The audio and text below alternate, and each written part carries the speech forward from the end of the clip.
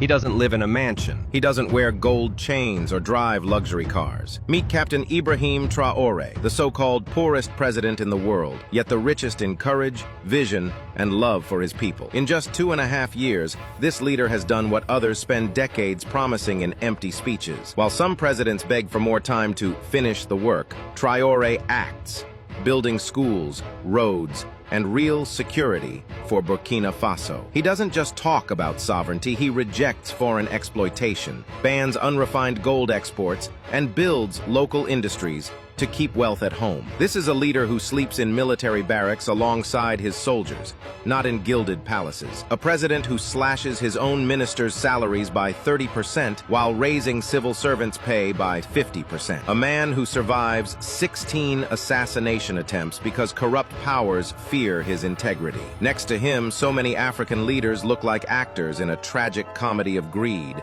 wasting resources while their people suffer. But Traore proves Africa isn't poor. It's been robbed by colonialism, by corruption, and by leaders who serve themselves instead of their nations. Despite several analyses about how Ibrahim Traore has transformed Burkina Faso, we have never seen any tangible video or evidence that whatever analysis, narratives we are driving on social media just to sell his personality in order for him not to be taken out, just the way they did to Muammar Gaddafi.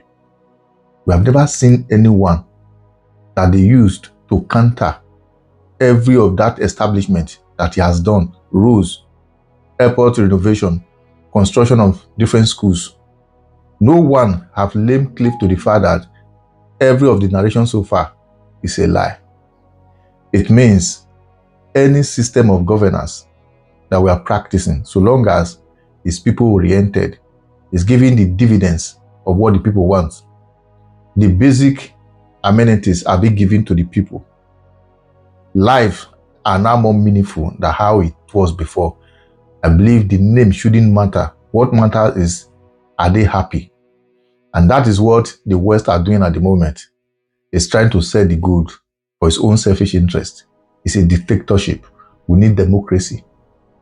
We have seen some countries in Asia country, some northern part of Africa, where monarchy is their pattern and system of governance. They have never in any way been interfered with, simply because maybe those persons, to an extent, still leave the West to control part of their wealth. But they have never in any way tried to impose democracy on them.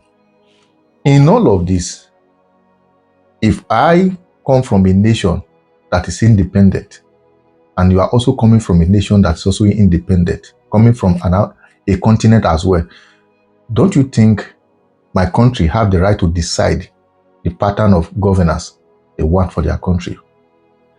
As we speak, the West are trying to cry more than they bereave. Every Burkinabe, majority of them, let me not say all of them, because we still have some few bad elements which the West have enticed with money just to come out and protest against the same Ibrahim Traore. Majority of them are so happy with what they are getting. Imagine a country who has gained independence for so many years now. They can't boast of one developmental project under 2 years that Ibrahim Traore has been in office. Electronic cars have been assembled, refineries, water, things they dream of getting in the past are now at their doorstep. I just want to urge all African leaders out there, there is need to join hands with us and make a decision that will benefit all Africans, not waiting for somebody elsewhere who is looking at Africa from their own selfish angle of what they will benefit from Africa, and begin to connect with them and make our own useless. A typical example of it is Gaddafi of Libya. Libya of Gaddafi some years back and Libya of today, you can see the difference. Now, the NATO and the West that took him out, can they boldly come out now to tell us the advantage, the benefit those Libyans are gaining at the moment simply because Gaddafi is no longer there? A nation then, when you have age 18 years and above, they give you a house. You don't pay light bill. There's no utility bills they pay. Everything is free. They gave you all sort of wages, salary just to support you and your family. But today, every community in Libya is now almost like a country of their own. Anyway, whatever you think, drop your comment in the comment section once again, share and follow the page. For the record, now Africa will repair Africa.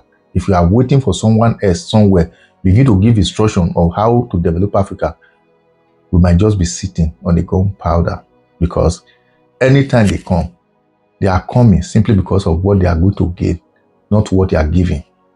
Before anyone can donate a pin to Africa, it goes to show that they have used a whole lorry to carry the mineral resources that will produce that pin in millions form before they now give 1% or 2% back to Africa. So we shouldn't have what it takes to develop Africa. Then we are expecting them to take the mineral resources, the natural resources of whatever we need from them, take those things to their country, refine them and import less than 3% of it to us. Yet we are living at their mercy. It's totally unacceptable. Africa have come of age that now we can finance whatever we tend to do, unlike before when we don't have anything. But today, we have so many professors in diverse professions which can help develop Africa.